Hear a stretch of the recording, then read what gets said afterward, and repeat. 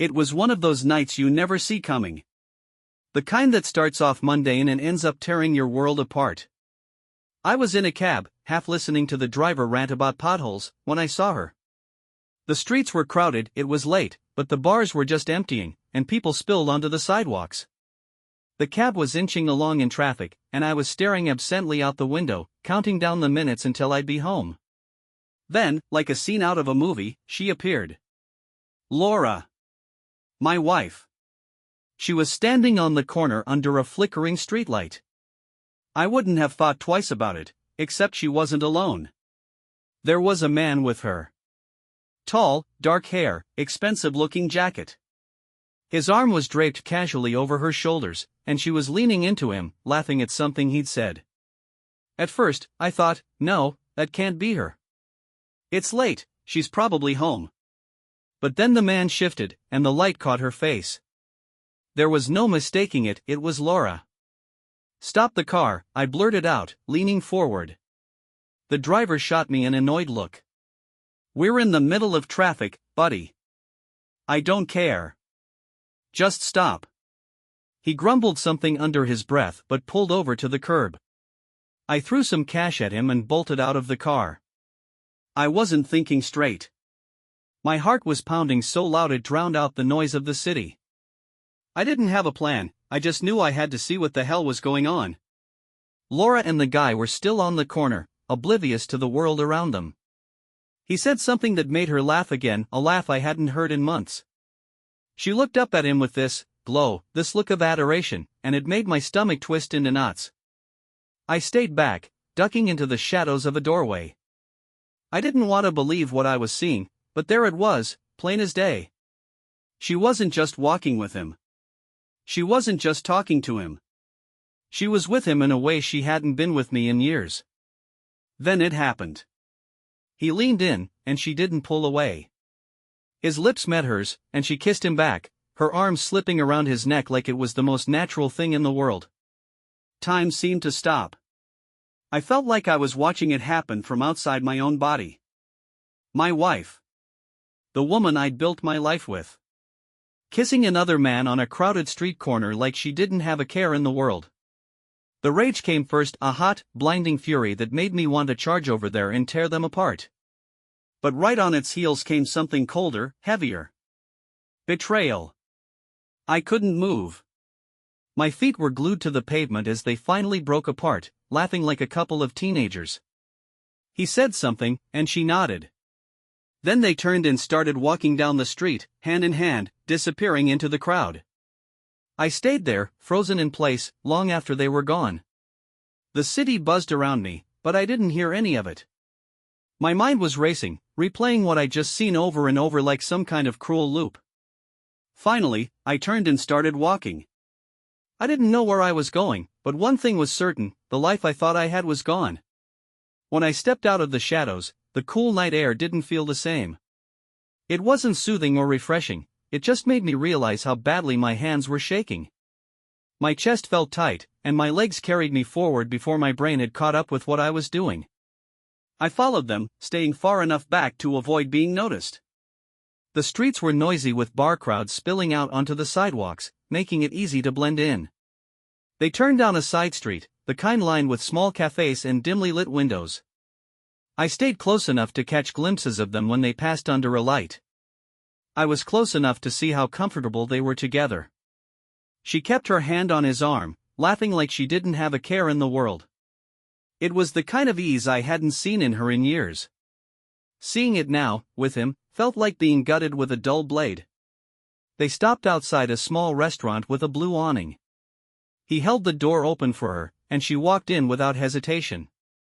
I waited a moment before crossing the street and peering through the window. Inside, they sat at a corner table, tucked away but not hidden. She leaned forward, her face animated, her hands gesturing as she talked. He smiled at her like she was the only thing in the world worth looking at. I wanted to barge in, to drag her out by the arm and demand an explanation. But I stayed rooted to the spot, staring at the scene playing out in front of me. I could have called her. I could have sent a text, something casual like, "Hey, where are you?" But the thought of her lying to me, the sound of her voice feeding me some excuse, made my stomach churn. A waiter approached their table, and I watched as they ordered. She laughed at something the man said, then leaned back in her chair, completely at ease. It was like watching a stranger. I don't know how long I stood there, but eventually, my feet started moving again. I couldn't stand outside forever. I walked around the block, trying to figure out what the hell I was supposed to do. When I came back, they were gone. Panic shot through me. I scanned the street, looking for any sign of them, but they'd disappeared. I ran to the corner and looked both ways, but there was nothing. It was like they'd vanished into thin air. My phone buzzed in my pocket, and I yanked it out, half hoping it was her. It wasn't. It was Greg, probably wondering why I hadn't called him back after work. I didn't answer. I walked aimlessly, replaying the image of them together over and over in my head. The way she smiled at him, the way he leaned toward her, it all felt so deliberate, like they wanted to be seen. When I finally made it back to my car, I just sat there. My hands gripped the steering wheel, but I couldn't bring myself to start the engine. I stared at the dashboard, my mind a chaotic mess. Every interaction I'd had with her in the past few months came flooding back, each one tinged with doubt. The night she'd come home late, claiming she'd been at work. The times she'd canceled plans at the last minute. The way she'd started guarding her phone like it held state secrets. But it wasn't just the obvious things. It was the small, insidious changes. The way her smile didn't quite reach her eyes anymore. The way she'd pull away when I reached for her in bed. The way she'd started talking about needing space like it was some abstract concept I couldn't possibly understand. I thought about our kids, asleep at home, completely unaware of the storm brewing around them. I thought about the life we'd built, the years we'd spent together. And then I thought about her, sitting across from him, laughing like she didn't have a care in the world. By the time I got home, it was late. The house was dark, except for the porch light. I parked in the driveway and sat there for a moment, trying to calm the storm raging inside me. When I walked through the front door, the first thing I noticed was her coat hanging on the rack. She was home. I stood in the entryway, listening. The house was silent except for the faint hum of the fridge. I walked through the living room, then the kitchen. Empty. She was upstairs. I climbed the stairs slowly, each step feeling heavier than the last. The door to our bedroom was slightly ajar, and I pushed it open. She was in bed, her back to me, the glow of her phone illuminating her face. She didn't hear me come in. For a moment, I just stood there, watching her. The sight of her lying there, so casual, so at ease, made my blood boil. Late night? I asked, my voice cutting through the silence like a blade. She jumped, startled, and turned to face me. Her expression shifted quickly, from surprise to something else. Guilt, maybe. Or was it annoyance? I didn't hear you come in, she said, sitting up and setting her phone on the nightstand. Clearly, I said, my tone sharper than I intended. She looked at me, her brow furrowed. What's wrong? I stared at her, at the woman I thought I knew, and felt the weight of what I'd seen crash down on me all over again. You tell me, I said. She blinked, confused. Or maybe just pretending to be. What are you talking about? I opened my mouth to say something, but the words caught in my throat. The anger, the betrayal, the disbelief, it all came rushing back, and I couldn't think straight. Instead, I just turned and walked out of the room. I could hear her calling after me, but I didn't stop. I didn't trust myself to say anything. Not yet. Downstairs, I sat on the couch, staring at the dark screen of the TV. My mind raced, trying to piece everything together, trying to make sense of what I'd seen. But no matter how I looked at it, one thing was clear, this wasn't just a misunderstanding. Something was going on. And I was going to find out exactly what it was. I didn't sleep that night. I sat in the living room with the lights off, staring at nothing while my mind ran in circles. Every sound in the house felt amplified, the creak of the floorboards, the hum of the fridge, the faint ticking of the clock on the wall. Upstairs, I could hear her moving around. I didn't know if she was pacing, sitting on the bed, or lying there with her phone in hand. I didn't care. Around 3 a.m., I heard her come down the stairs. She walked into the kitchen, her footsteps deliberate, and started pouring herself a glass of water. I stayed seated, watching the doorway, waiting for her to acknowledge me. She didn't. Finally, I couldn't take it anymore. "Late night for you too?" I said, my voice cutting through the quiet. She froze, the glass halfway to her lips, before turning to look at me. Her expression was carefully neutral, but I could see the tension in her jaw. "What are you doing down here?" she asked, ignoring my question. I stood up slowly, my eyes never leaving hers. "Waiting." "For what?" "For you to tell me what's going on." She frowned, setting the glass down on the counter. "What's that supposed to mean?" "Don't play dumb, Laura," I snapped, taking a step toward her. "I saw you tonight. At the restaurant. With him." For a moment, she didn't say anything. Then, her expression shifted into something defensive. "You were following me?" "I wasn't following you. I just happened to see you," I shot back. "And don't try to turn this around on me. You were there with him. Laughing. Touching. Kissing." Her eyes widened slightly, but she quickly masked it. "You don't know what you're talking about. Don't insult me, Laura. I know exactly what I saw." She crossed her arms, her stance shifting to something more combative.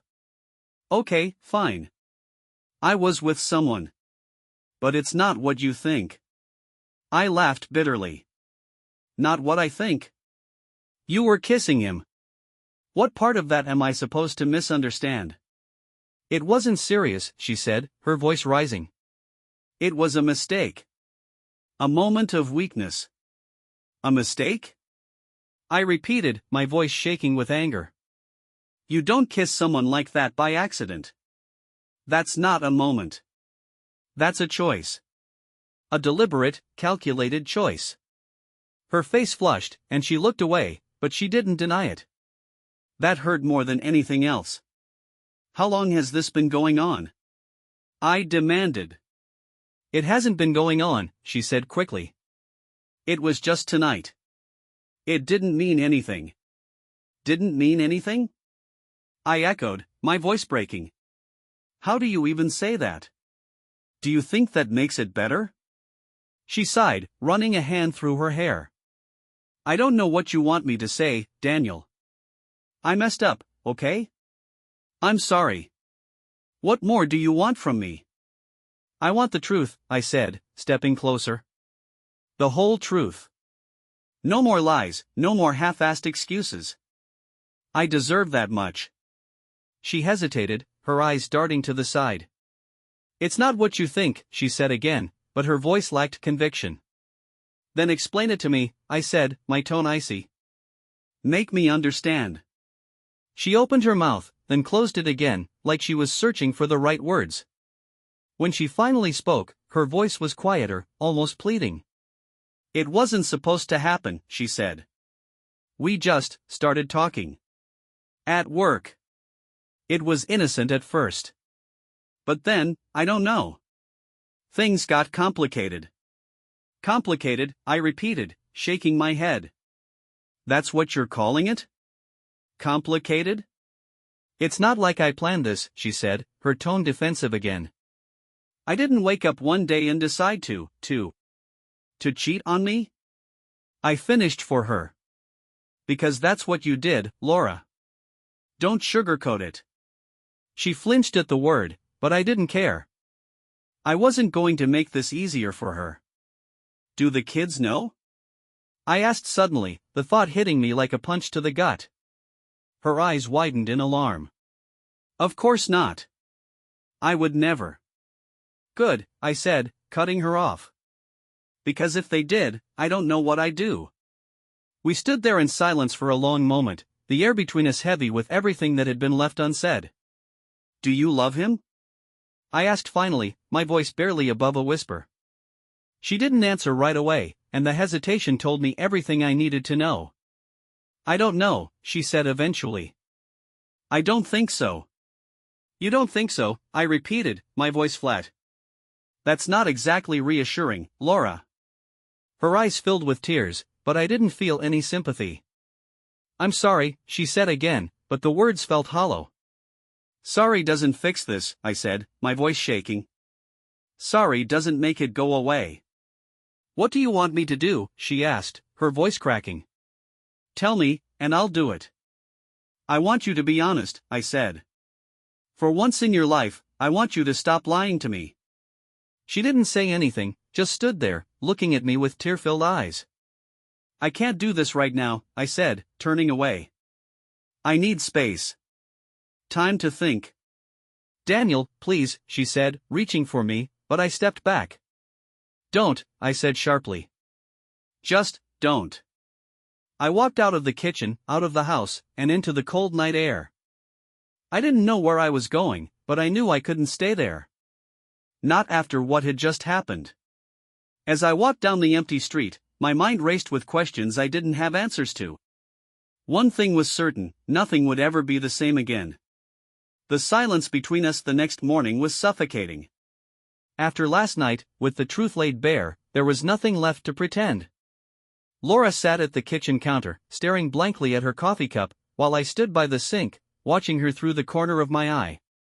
I had told her how her smile and their closeness had made me sick. She hadn't denied it, not outright. Her excuses had been feeble, her explanations falling apart under the weight of my accusations. Now, in the daylight, with her betrayal exposed, I was no longer interested in her lies. I wanted something real, something that would finally make her feel the weight of what she'd done. Do you even understand what you've done? I asked, my voice low but firm. Her head jerked up, and she blinked at me as if startled by the sound. I told you, it didn't mean anything, she said, her voice weak. That's not an answer, I snapped, my tone sharper than I intended. Stop telling me what it didn't mean. Tell me what it did mean. Why, Laura? Why him? Why at all? She opened her mouth to respond, then closed it again. Her hands fidgeted with the edge of her coffee mug, her fingers trembling slightly. I don't know, she said finally, barely above a whisper. You don't know? I repeated, my anger rising. You're telling me you risked everything, our marriage, our family, because you don't know? It wasn't like that, she said, her voice cracking. I didn't plan for this to happen. It just did. It just did, I echoed bitterly. That's your excuse? You're a grown woman, Laura, not some teenager who doesn't understand consequences. She flinched, and for a moment, I thought she might lash out, but she just looked away, her eyes brimming with unshed tears. I turned away, gripping the edge of the sink to steady myself. The anger was consuming me, but underneath it, there was something worse, the realization that no explanation would ever make this right. The sound of her chair scraping against the floor broke the silence, and I turned to see her standing, clutching her mug like a lifeline. I know I hurt you, she said, her voice trembling. And I'm sorry. I really am. But I can't undo what's already happened. No, you can't, I said coldly. But you sure as hell can face the consequences. Her brow furrowed. What's that supposed to mean? You'll see, I said, my tone flat.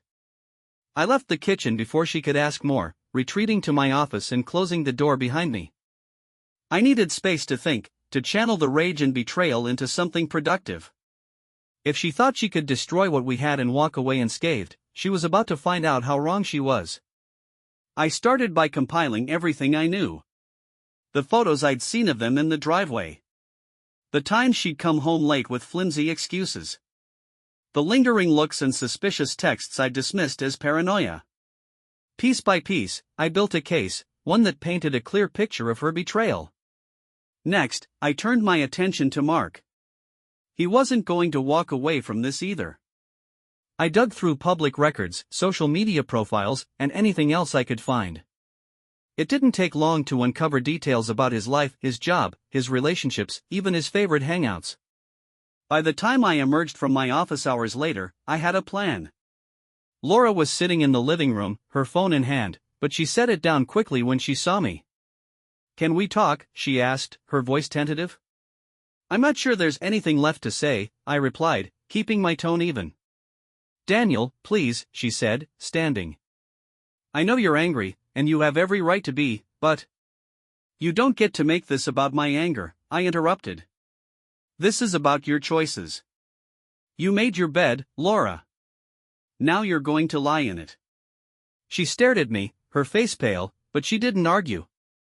I didn't tell her what I had planned. Not yet. I wanted her to feel the weight of uncertainty, the same way I had when I first suspected something was wrong. But as I walked away, her voice stopped me. "Daniel," she said softly. I turned, waiting for her to continue. "I do love you," she said, tears streaming down her face. "I know it doesn't mean much right now, but I need you to know that." I stared at her, the words hitting me like a punch to the gut. But I didn't let it show. "Love isn't enough, Laura," I said, my voice cold. "Not anymore." And with that, I walked out of the room, leaving her alone with the silence she had created. The next few days passed in a strange, detached blur. Laura moved around the house like a ghost, her footsteps soft and hesitant, her words clipped and careful. She avoided me unless necessary, but even then, her attempts to start conversations were hollow, half-hearted.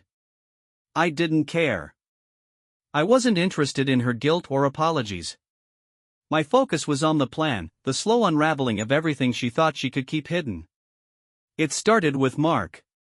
I waited until late Friday afternoon to call his office. The timing was deliberate, end of the week, when people were winding down, less inclined to scrutinize a random caller. "Hudson's office, this is Mark," he said when he picked up, his tone as self-assured as ever. "Mark," I said, my voice calm but pointed. "This is Daniel." There was a pause, just long enough for him to process who I was. "Daniel," he said cautiously. "Laura's husband?" "That's right."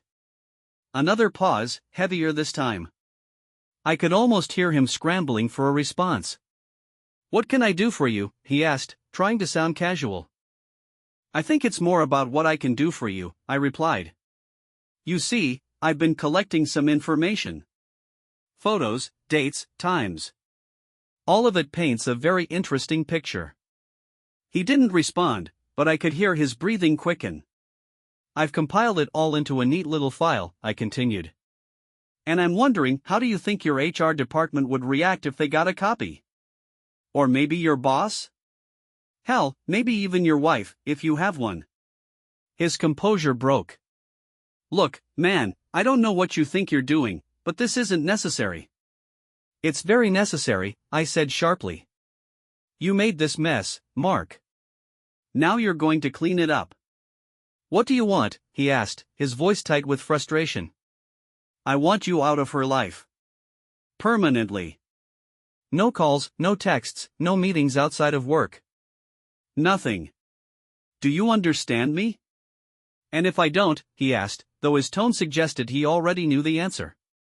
"Then your boss gets the file. And so does your wife." There was a long silence, and then he said, "Fine. You have my word." "I don't need your word, Mark," I said coldly. "I'll be watching." I hung up without waiting for a response, a small sense of satisfaction blooming in my chest. But this wasn't just about him. Laura had her part to play in this disaster, and she wasn't going to escape the consequences. That evening, after the kids were in bed, I sat down across from her in the living room. She looked up from her book, startled by my presence. "We need to talk," I said.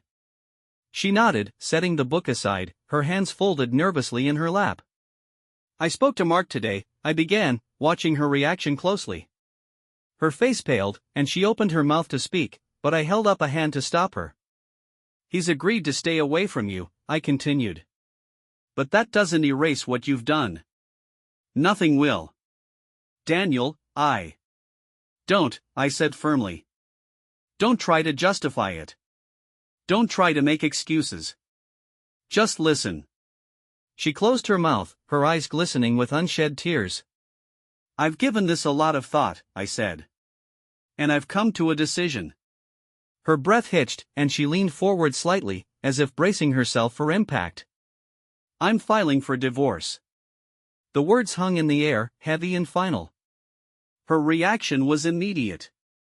Tears spilled down her cheeks, and she shook her head. Please, Daniel. Don't do this. We can fix this. I'll do whatever it takes, therapy, counseling, anything. Just don't give up on us. Give up?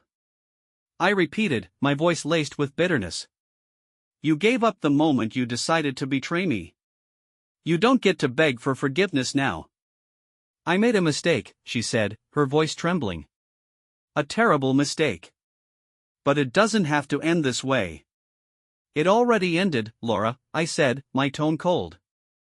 The moment you let him into our life, into our home, it ended. She broke down then, sobbing into her hands, but I didn't move to comfort her. Instead, I stood and walked toward the door. I'll stay in the guest room until I find a new place, I said. We'll figure out the details later. Daniel, please, she said, her voice muffled by her hands. But I didn't look back. Upstairs, I packed a bag and moved into the guest room, the weight of the day settling over me like a heavy blanket. This wasn't the life I'd imagined. It wasn't the ending I wanted. But it was the one I'd been dealt, and for the first time in weeks, I felt like I could breathe again. The next few days passed in tense silence. Laura tried speaking to me once or twice, her voice filled with desperation, but I shut her down each time. I had no interest in her apologies or her pleas for understanding. She'd made her choices, and now we were both living with the consequences. On Thursday evening, as the kids were finishing dinner upstairs and I was preparing to leave for a meeting with my lawyer, Laura cornered me in the hallway. Her eyes were red and puffy, her face drawn, but there was a flicker of determination behind her exhaustion. Daniel, she said quietly, stepping into my path. We need to talk. We've talked enough, I said, brushing past her. No, we haven't, she said, her voice firm despite the tremble in it. You're planning our divorce like it's some kind of business transaction, but this is our family, our life. I deserve a chance to explain. I turned to face her, my patience wearing thin. Explain? I think you've done enough explaining. The lies, the excuses, what more could you possibly have to say? I need you to understand why, she said, her voice cracking. Why? I repeated bitterly. You think there's an explanation that makes this okay? Because I don't. Nothing justifies what you did. I wasn't trying to justify it, she said, her hands twisting together nervously. I'm trying to make you understand what led to it. I laughed, a cold, humorless sound. What led to it? Try this, you made a choice. A selfish, destructive choice that shattered our family. That's all there is to understand. Her shoulders slumped, but she didn't back down. I felt invisible, she said quietly. I froze, the words catching me off guard. For months, maybe even years, I felt like I didn't matter, she continued, her voice heavy with emotion. You were always so focused on work, on the kids, on everything else. And I told myself it was fine, that I could handle it, but I couldn't. I stared at her, a mix of anger and disbelief swirling inside me. So you decided the solution was to run off with someone else? To cheat? That's how you dealt with it? She flinched but held my gaze. It wasn't like that. I wasn't looking for it, it just happened. There it is again, I said sharply. It just happened. As if you had no control, no responsibility. I know I'm responsible, she said, her voice breaking. I know I hurt you, and I'll regret it for the rest of my life. But I need you to understand that I didn't do it because I stopped loving you. I shook my head, the weight of her words pressing down on me. You don't cheat on someone you love, Laura. You don't betray them like that. So don't stand here and tell me you did it because you felt invisible. That's not love. That's selfishness. She stepped closer, her eyes pleading. I'm not asking you to forgive me. I know I don't deserve that. But please, don't walk away thinking I didn't care about you, about us. Because I did. I do. I looked at her, the woman I'd spent nearly 2 decades with, the mother of my children, and felt nothing but emptiness. This isn't about what you did or didn't feel, I said, my voice cold. It's about what you did. You can love someone and still destroy them. That's what you did, Laura. You destroyed me. Her tears spilled over, and she covered her mouth with her hand to stifle a sob. I wanted to feel something: anger, sadness, pity, but there was nothing left. She had drained me of every emotion, every ounce of energy I had. I'm done, I said quietly. This marriage is over. You can cry, you can plead, you can tell me you still love me, but it doesn't change what you did. It doesn't fix it. She didn't respond, just stood there trembling as her tears fell silently onto the floor. I stepped around her, grabbing my keys from the counter. I'll be back later, I said, my voice flat. Don't wait up. As I walked out the door, I felt a strange sense of finality. The conversation had ended the way our marriage had: broken, irreparable, and filled with words that couldn't heal the damage. I drove to my lawyer's office in silence, the weight of the decision settling over me. When I arrived, I handed over the finalized documents without hesitation. It's time, I said simply. The lawyer nodded, sliding the papers back into his briefcase. We'll move forward. When I got home that night, the house was dark. Laura's door was closed, and I didn't bother knocking. I went straight to the guest room and collapsed onto the bed, staring at the ceiling until sleep finally took me. The next morning, I woke to find an envelope on the kitchen counter. Inside was a letter from Laura, a long, rambling apology filled with regrets and promises I couldn't bring myself to read. I set it aside without a second thought. The rest of the day passed quietly. The kids asked questions I didn't know how to answer, and Laura avoided me entirely. The tension in the house was unbearable, but I knew it wouldn't last much longer. When the day of the filing arrived, I went to the courthouse alone. I signed the papers, handed them to the clerk, and walked out without looking back. It was over. There was no sense of relief, no closure. Just a hollow emptiness that I knew would take a long time to fill. But for the first time in weeks, I felt a glimmer of something else. Freedom.